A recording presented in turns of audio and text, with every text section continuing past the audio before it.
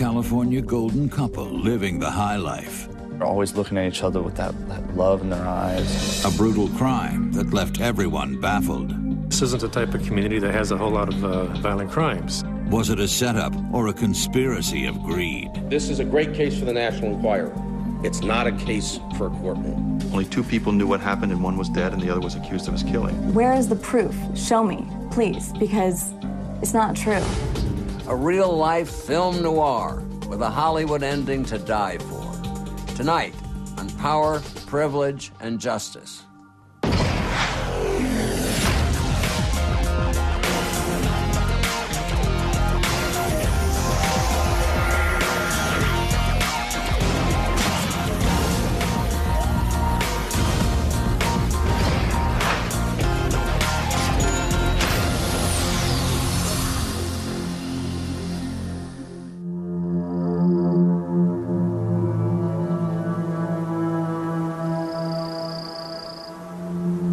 August 19th, 1990. Tulare County Sheriff's Office gets an urgent call.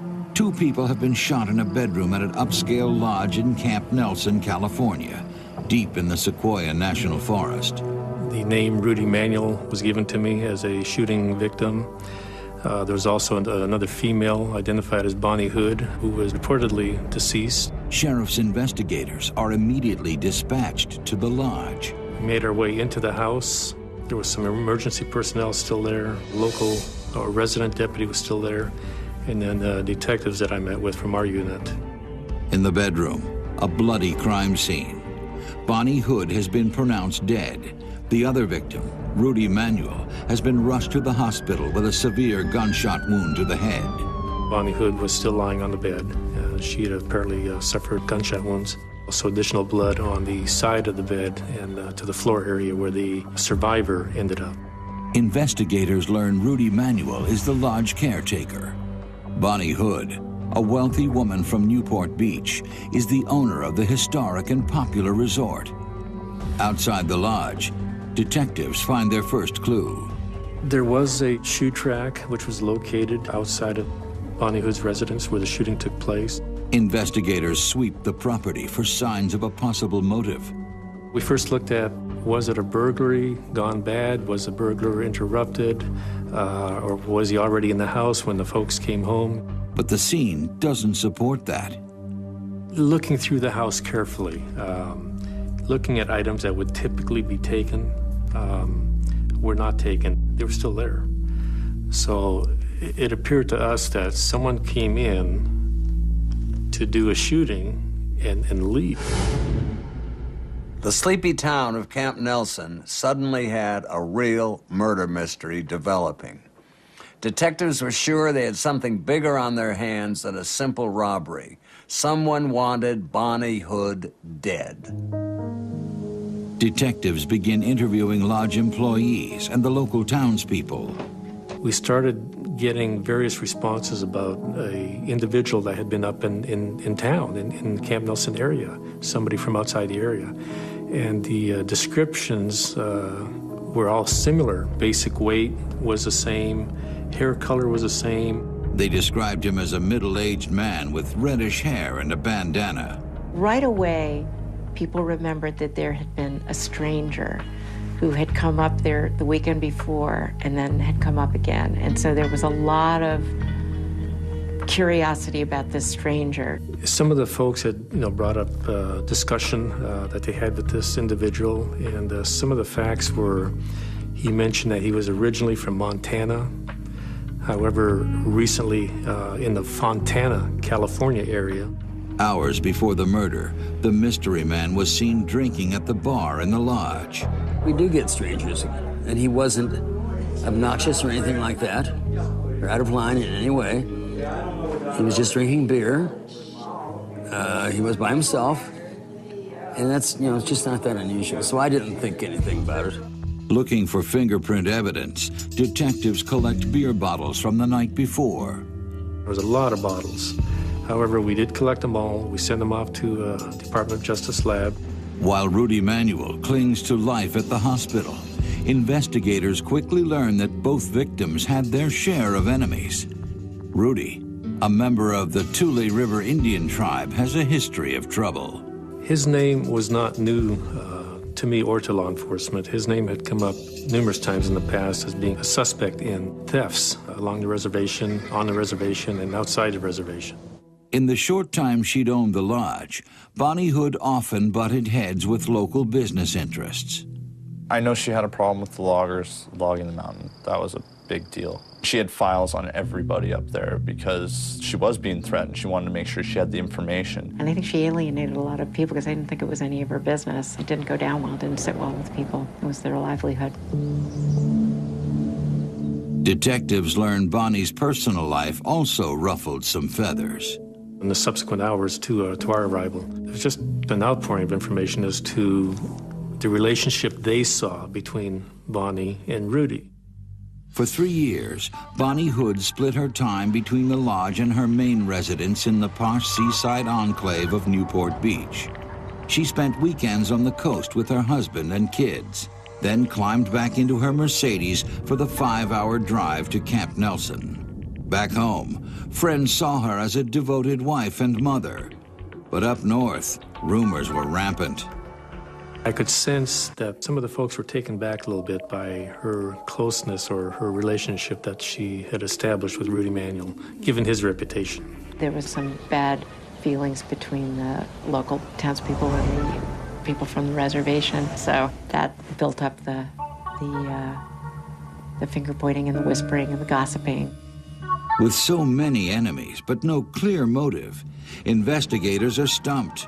Cracking the case may depend on the only eyewitness, Rudy Manuel, who remains in critical condition. They didn't know who was the intended victim and who wasn't. It was a high-profile case. It was a major event for the community.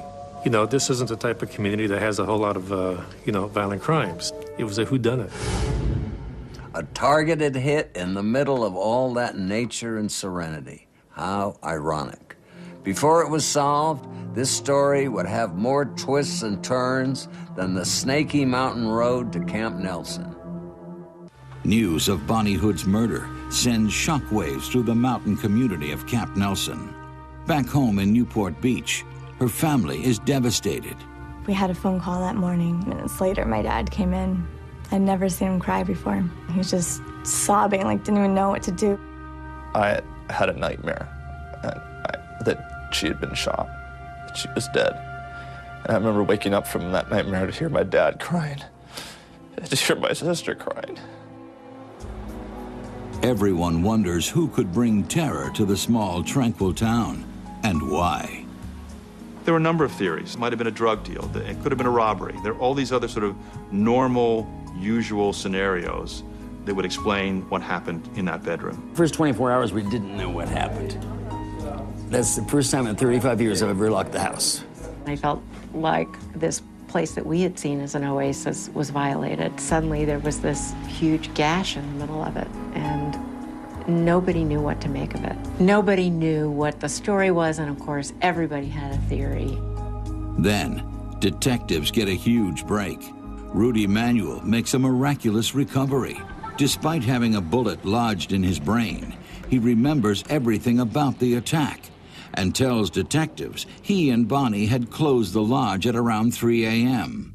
Shortly thereafter, an armed intruder burst through the bedroom door. And she said, "Who are you? You know, what do you want?" And he says, "I know you, bitch."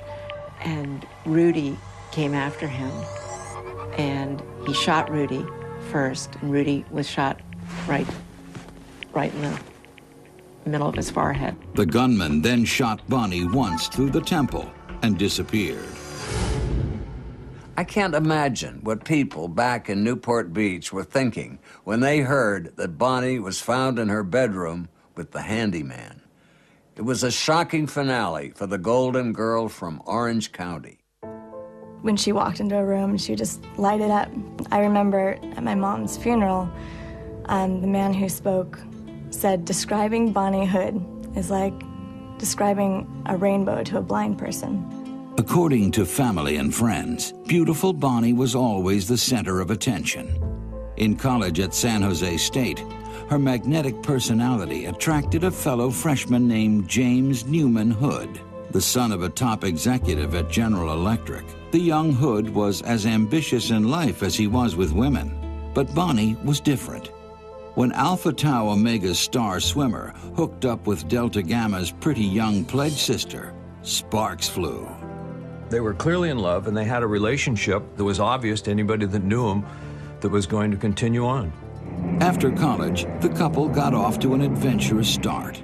Jim took a civilian job in Vietnam, and Bonnie worked as a stewardess on military flights. Before one of her flights, she got a typhoid immunization shot, and she had an allergic reaction to it. She was paralyzed from the neck down. My dad flew down from Vancouver, and he said, "Bonnie, when you can walk 30 feet, I'm gonna marry you. You gotta walk 30 feet, though." When she could walk 30 feet, she flew up to Canada and visited my dad and said, "You didn't think I hurt you, but I did." In the late 60s, the couple married and started a family in the exclusive oceanfront community of Newport Beach. Newport Beach wasn't quite the Newport that it is today. Pack up a picnic and go to Big Corona Beach and have a bonfire. We would go boating, go to Catalina once in a while. In the 1980s, the Hoods capitalized on Orange County's real estate frenzy, and soon the family was flying high.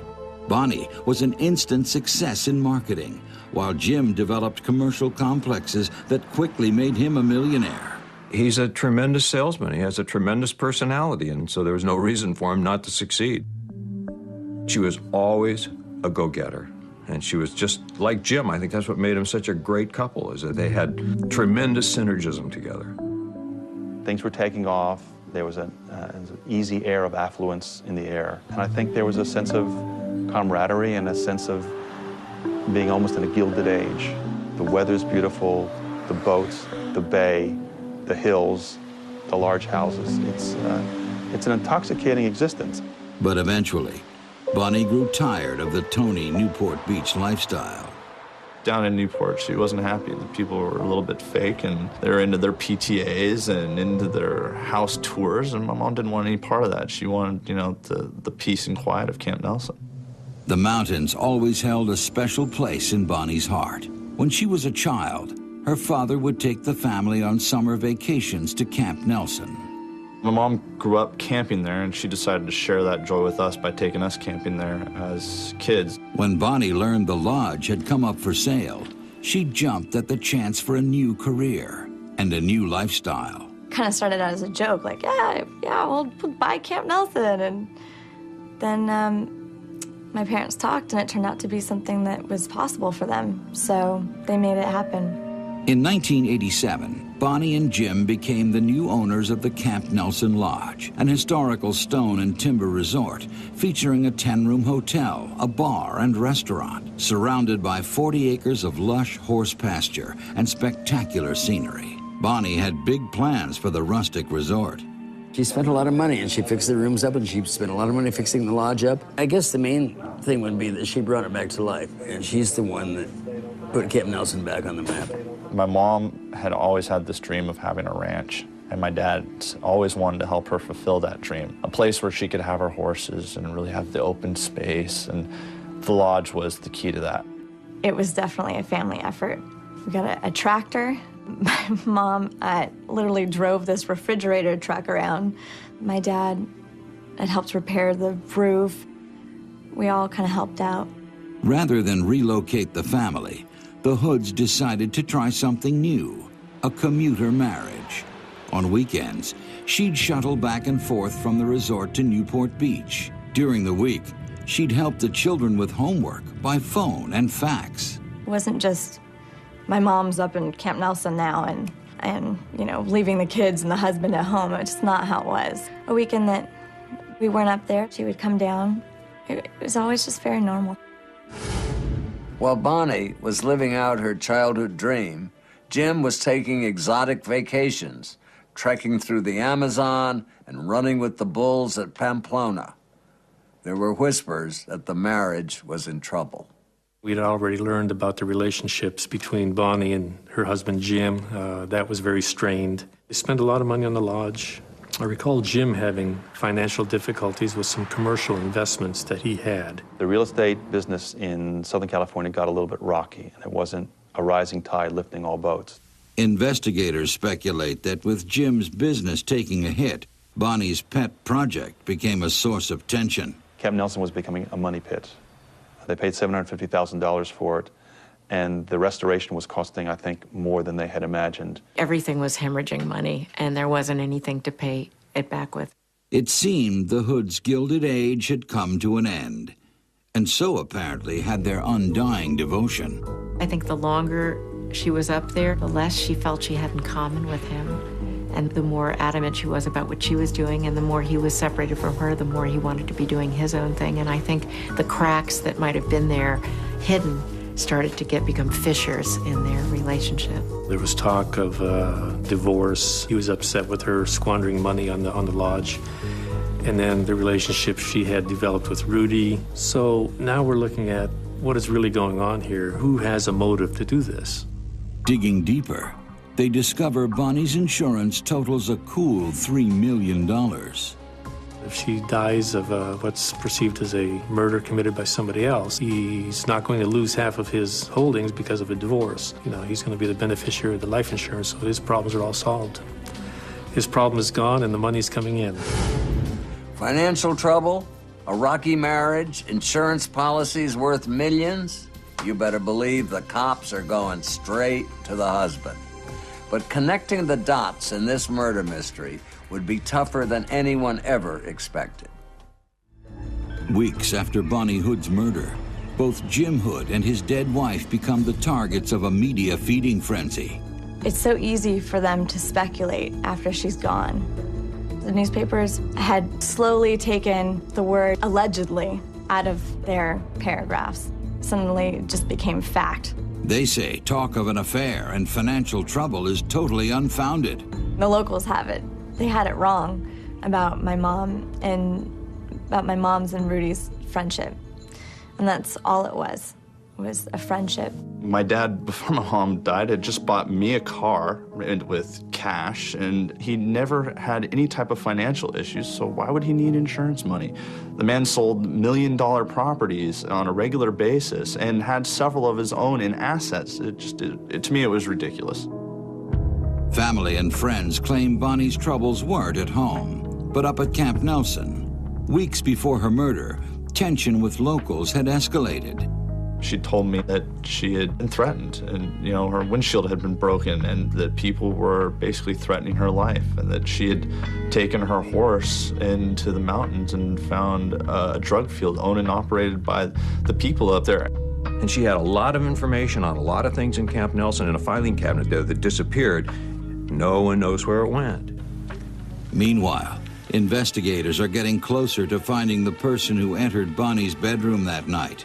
The lab results are in on the beer bottles collected from the lodge, and a single fingerprint points to a suspect. One of the identifications made was a fellow by the name of Bruce Beauchamps, who had a current address out of Fontana, California. And doing further study on him, he also had a prior criminal record out of the state of Montana. So those little bits of information, really encouraged us that we were onto something here. When detectives question Beauchamp, he admits he visited Camp Nelson 2 weekends in a row for a little R&R. Police find that story hard to swallow. Bruce Beauchamp was not living well. The area of Fontana where he was living was very substandard. As I remember, it was a trailer home, very unkept. You would not expect someone like that to spend money traveling the distance to Camp Nelson to spend a weekend. It just didn't make sense. Then, asked about his employment, Bruce Beauchamp reveals some startling news. We learned from him who his employer was, and that turned out to be Bonnie's husband, James Hood. We thought that was very, very interesting and a little too coincidental. Suddenly, the picture completely changed because it wasn't a stranger who'd been up there randomly, but it was a stranger who tied them directly to the husband. Jim Hood was a blue-blooded, blue-blazered country clubber. Bruce Beauchamp was a redneck with a rap sheet. For investigators, connecting this odd couple was their biggest challenge yet. Back in Camp Nelson, police show Rudy Manuel a photo lineup, and he positively IDs Bruce Beauchamp's photo as the man who shot him. Detectives also find 2 witnesses in nearby Porterville who say Beauchamp was showing off his gun the weekend of the murder. Then, the shoe print found outside the murder scene is matched to a specific brand of sneaker. And investigators were even able to find receipts where Bruce Beauchamp had purchased and owned a pair of those shoes. 2 months after the shooting, Bruce Beauchamp is charged with murdering Bonnie Hood. But investigators don't think he acted alone. We felt real comfortable that we were on the right track here. With Mr. Beauchamp working for Mr. Hood, our focus then kind of also zoomed in on Mr. Hood as a possible conspirator in this murder. For Jim Hood, there was motive galore. There's the financial problems that he was having. There was the money that Bonnie was spending on the camp. There was the insurance on Bonnie's life that would solve his business problems. Then there was the jealousy as a motive. 2 classic motives for murder. But Hood had his defenders. There was never any sign that my parents had any trouble in their marriage, ever. And, where is the proof? Show me, please. I'd bet 2,782% that she never had an affair with anybody. I know Jim never did. As far as financials, I don't think there was a financial issue anywhere. Here's a guy that was building $8 million buildings. He didn't need a $400,000 insurance policy. As trial approaches, investigators try but fail to break Beauchamp. He did not implicate his boss in any of this. Even when we arrested him and he was charged, he kept tight-lipped. And our thinking was, we take him to trial for the murder, for the shooting, and after he's convicted, he's going to start asking for a deal prior to sentencing and give up James Hood. With no evidence linking James Hood to Bruce Beauchamp, the prosecution faces a huge challenge. They must try to convince jurors that the murder was a burglary gone bad. The real story was not coming out. It wasn't until after we convicted Bruce Beauchamp. And we were biting at the bit for this thing to, culminate and come to an end and find him guilty so we could get on with the case. And we were prepared and ready to do that. But the theory doesn't hold up in court. The prosecution's theory of the case for Bruce Beauchamp made no sense. Without Jim Hood, it wouldn't work. It's too random. Then other problems begin to surface. The star witness was Rudy Manuel. You don't pick your cards in these things. You play with what you're dealt. And Rudy Manuel had an extensive criminal record. If you can paint the victims as somehow unsympathetic, even if it looks like that person committed that crime, if the jurors don't like the victims, they may find reasonable doubt where there is no reasonable doubt.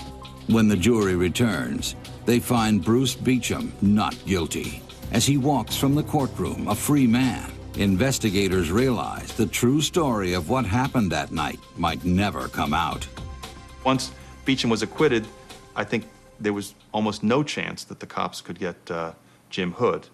So it was frustrating, because we were geared up and ready to go to Southern California again, because we knew once Bruce was convicted, he would talk. Bruce's acquittal appeared to kill any chance investigators had at getting justice for Bonnie. But what goes around comes around, and this case was about to come full circle. Bruce Beauchamp's acquittal in the murder of Bonnie Hood is a huge blow to investigators. When you lose one in court, when they're acquitted, and you've got the guy, but the jury comes back with their decision. Those hang with you for a long time. Jim Hood returns to Newport Beach to raise his children, but the stigma haunts him. We really ignored the rumors that were in the paper. My dad was amazing at not breaking down, never was in a bad mood, always positive and 100% and more there for us. I felt it from my friends. I felt it from everywhere around me. All of a sudden, I was a bad guy. I was the criminal just because the paper had said something bad about my dad. But the one place I didn't feel it from was my dad. The Hood family seemed to be putting the past behind them and moving on with their lives. 911 emergency. Yes, I need to. Is it an emergency, sir? Anyway, I just want to make sure there's nobody else out there. Just months after Bonnie's murder trial, the San Bernardino County Sheriff's Department gets an urgent call from Mission Plaza Shopping Complex, located in Fontana, the office of James Hood. What's the emergency? Excuse me? They're trying to kill me. On the floor, dead, his body riddled with bullets and a gun clenched in his hand, is Bruce Beauchamp. He's down. He's out. He's moving. He's what? He's not moving. I shot him. You shot him? Yes. I'm sitting in the newsroom of the Orange County Register, and I can see my editor, Mike Lednovich, walking over to me. And he said, "You'll never believe what happened." I said, "What happened?" He goes, "There's a murder in Fontana." I said, "Well, who was the victim?" And he goes, "Well, Bruce Beauchamp." And I said, "Who did it?" "Jim Hood." And it was like, Jim Hood, man. Jim Hood admits he pulled the trigger, but swears it was self-defense. Hood tells detectives he was receiving threatening phone calls from Beauchamp.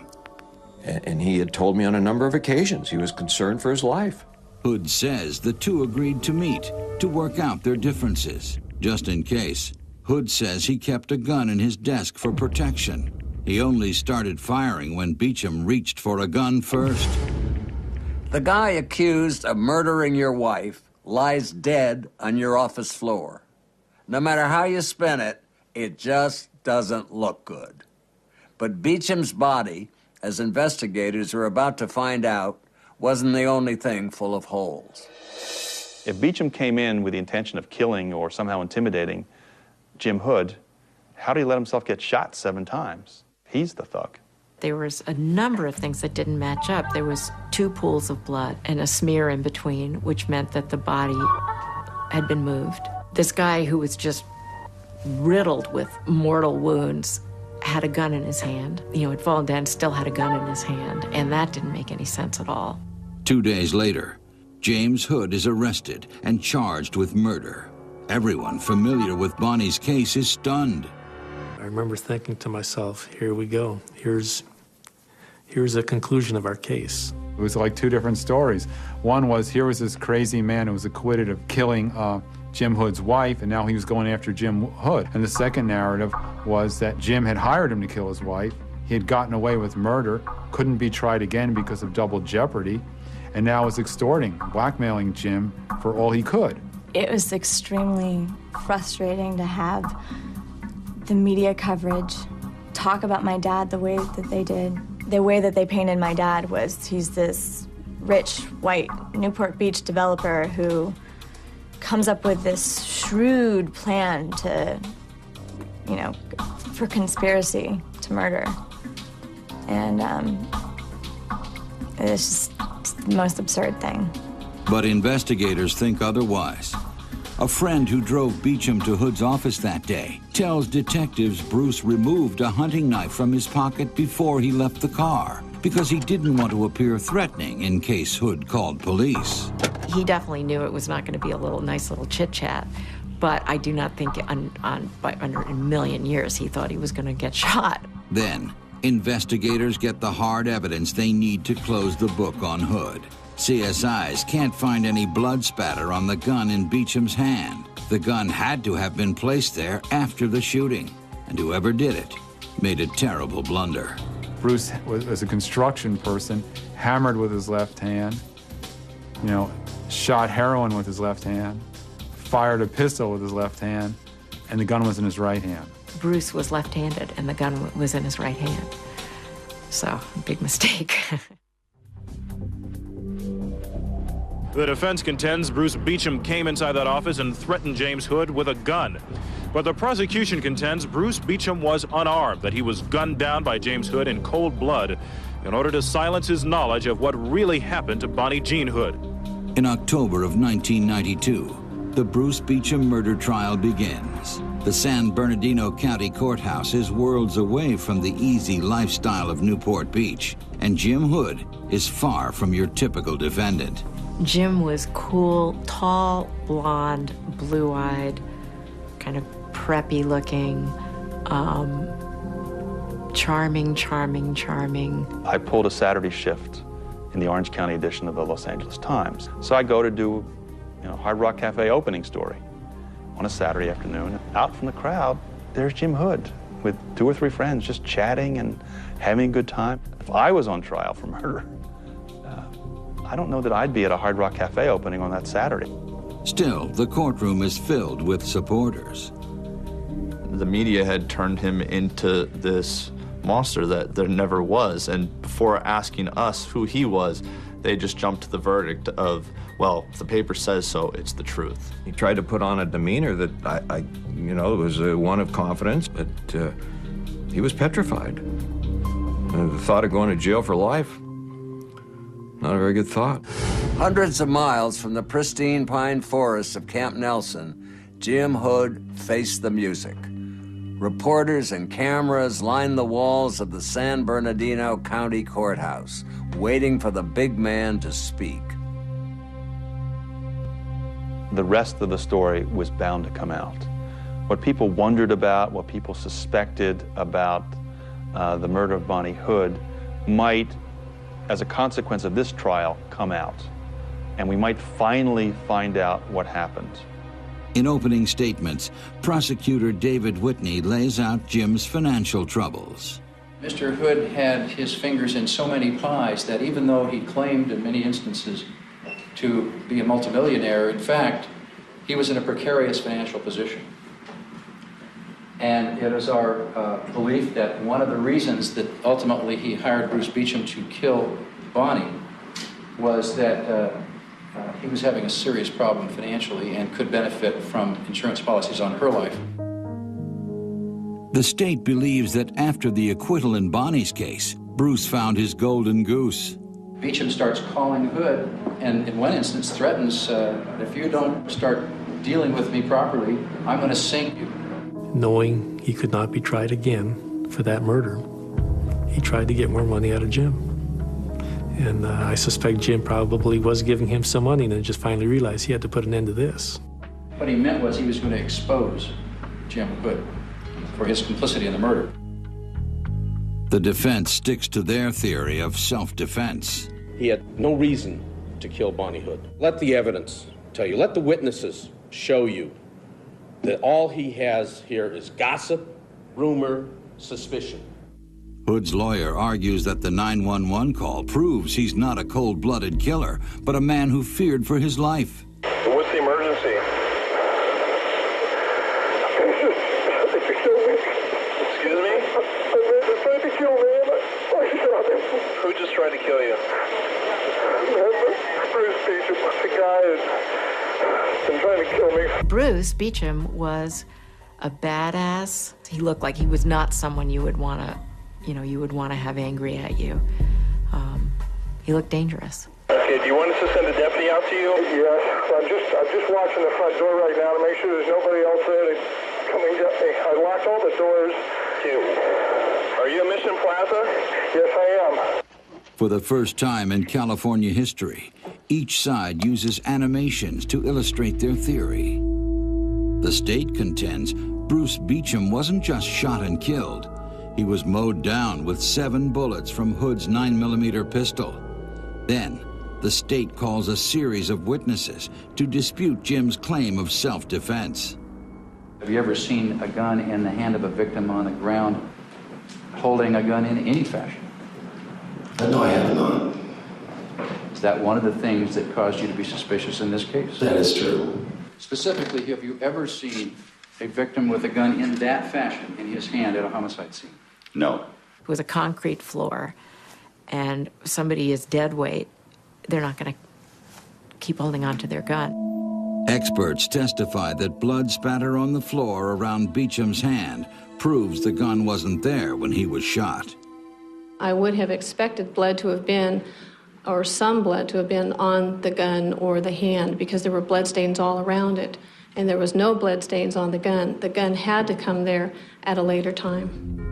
The forensic evidence is a home run, but the question of motive still remains. Rich people sometimes get away with things, but He must have known he was taking an enormous risk in shooting Bruce Beauchamp. Next, the state calls their star witness Sharon Spray, Bruce Beauchamp's widow. She describes a conversation she had with Bruce shortly after the Camp Nelson murder. I was cleaning our bedroom, and we had a big four-poster waterbed, a king-size waterbed, and I was cleaning back underneath the headboard, and there was an envelope in there, and when I pulled it out, there was $10,000 cash in it. And I asked him what it came from, and at that time, he didn't want to answer me. I asked him if it had anything to do with Bonnie Hood, and he told me yes. And I asked him if he did it, and if he had killed her, and he told me yes. The state contends the money is only part of the $50,000 fee Hood paid him, but Beauchamp got greedy. He said, you can't tell anybody about this. You cannot tell anybody about this. But, you know, this is, you know, I got this from Jim, and this is where I can get money from him. Spray tells the jury how Bruce's last request for money ended with the fatal meeting in Fontana. I think Bruce had asked him to wire him money, and Bruce told me that Hood told him no, that he had to come back and then they would settle it. The wife's testimony was damning, but the packaging stunk. I mean, this Sharon Spray was some piece of work. Heroin addict, ex-con, grandmother at 35. Didn't take long for the defense to skewer the prosecution's star witness. Sharon Spray was a tough, junkie cowgirl. I don't know how else to describe her. She, you know, tattoos and, you know, long-time habit and petty crime. She didn't come across as very strong witness on the stand, and it was a question of which scenario you wanted to believe. Then, the defense turns the tables. Sharon can't account for how the money was spent or why the couple struggled with paying bills. It's total hearsay. The person who told her is dead. I mean, he might have had $10,000 from dealing meth. If she did see the cash, which is unprovable, unverifiable, he might have lied to her about the source of it. They were trying to say was that he had paid off Beauchamp to kill his wife. Well, there's no evidence of him making withdrawals. There's no evidence of Beauchamp depositing money in a bank account. Where was the money? Finally, it's Hood's turn at bat. Jim had a lot of explaining to do. He had to convince the jury that it was actually a shooting in self-defense. His eyes were looking at me like he was gonna beat the living heck out of me. I was scared to death. I thought, you know, he was gonna kill me. He says he kept shooting because Beauchamp's arm was still moving. Once it stopped, Hood says he never moved the body or the gun. People don't understand. If somebody's shooting at you, you just keep pulling the trigger till the thing stops. Did you do anything to the gun that was in Mr. Beauchamp's right hand? No. Did you do anything to Mr. Beauchamp's body other than possibly touch his arm when he was on the ground? I did not. The jury had heard it all. Conspiracy, greed, and murder. But was it enough to convict Jim Hood? Jim came across, you know, as very wealthy Newport, but then in the end, you know, the jury had to decide, you know, who was telling the truth. After 20 days of deliberations, the jury returns. They're deadlocked 10-1 with the last juror undecided. The judge declares a mistrial. For now, Jim Hood is a free man. You have to wonder what was going through that one holdout's mind. Who did he think he was? Henry Fonda and 12 Angry Men? Jim Hood had slipped the noose. But the final act of this California drama was yet to play out. The San Bernardino County DA's office decides to try Jim Hood a second time. Less than a year after his first trial, he walks the gauntlet of courthouse cameras and reporters once again. But this time, the state has learned from its mistakes. In the second trial, the prosecutor did not seek to prove motive. He didn't want to tie together that Jim had hired Bruce, that Bruce was blackmailing Jim. He just strictly went with the evidence, the forensic evidence. But when Hood's version of the story changes in his testimony, the prosecutor makes a daring move. He calls jurors from the first trial to testify. He used the jurors as witnesses to show that Jim had lied. And I think then I was just like ka-chung. You could hear the the nail going in the coffin. The strategy is a success. This time, the jury returns confident in their verdict: guilty. That was the one time when he looked like a Mack truck had hit him. I really think he thought he was not going to be found guilty. I think he was absolutely just stunned. And the first thing that he said was, well, I can't. I mean, my car, it's in a short-term parking thing. I mean, he just went woo into a different level of denial. Investigators in Bonnie's case finally feel some sense of justice. It exonerated us. You know, it really did. There's no doubt in my mind at all that Bruce Beauchamp was the person responsible for Bonnie's death and shooting Rudy, and he was subsequently killed by James Hood. So, case is closed. But for Jim's family and friends, the verdict is a travesty. Jim Hood lost everything. And this was a man just a few weeks before the trial ended, had gone out boating in Newport Harbor. He was an easy target because he was a wealthy, successful, handsome, charming man from Newport Beach that had everything going for him. I think the attorneys look at it as kind of their big fish, their bonfire of the vanities. To have someone like Bruce Beauchamp, he's a man who's had many convictions, been in and out of prison. He gets the benefit of the doubt, and someone like my dad who has no criminal history and who's an amazing father and amazing husband and person in the community. It doesn't make any sense. Whether he ordered Bonnie's death or not, I don't know. But there are two dead people, somebody spending a lot of time in jail. In this case, it was a story about a culture as well as about a crime. That affluence is not a cure for everything. That money can't buy you love. Jim Hood's request to serve his sentence at a medium security facility was denied. Instead, he's doing his time at one of California's roughest and most isolated state prisons. Officially, his wife's murder remains unsolved. For Court TV, I'm Dominick Dunne.